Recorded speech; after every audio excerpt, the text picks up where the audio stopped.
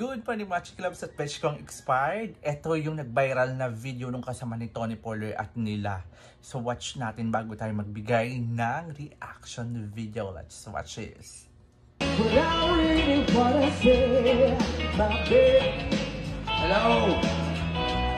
Magandang gabi sa inyo lahat. Sa lahat ng mga taga-Batangas. Happy Barako Fest! Pero meron lang akong sabihin sa inyo lahat.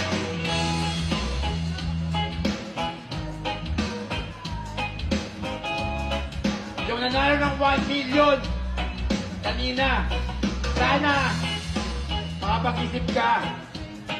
Sana yung mga pinangakuan mo, ibigay mo yung para sa kanila. Dahil gusto ko yung... But I really wanna say, what I say is that you're so loving on.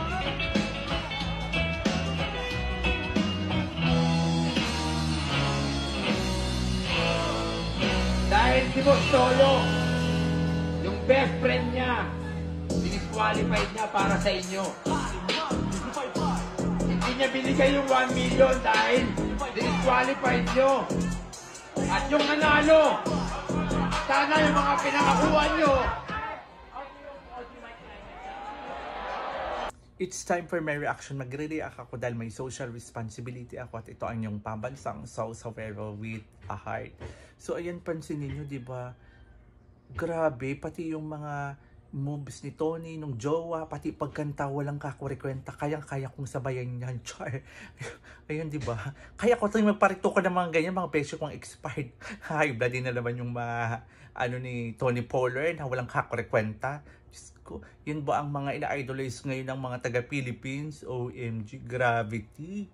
Kung alam ko lang na ganyan, nagpatusya-tusya ako kaliwat kanan, pati ang waputchen is char. So, ayun, walang kwenta po talaga, no? Pero in fairness naman, dun sa lalaking inagawan po talaga ng mic, magaling siya. Ayun naman, magaling po talaga siya kumanta. Pero yung magjowa, ewan ko, Diyos ko, wala akong masabi, kundi basura. Char. Yun lang po. Hype na naman kayo, Jar. Lalo sa mga beshi kong expired.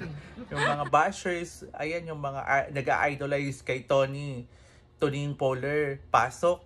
Galit sa akin, pa may kilay. Friend pa naman niya yun. Char.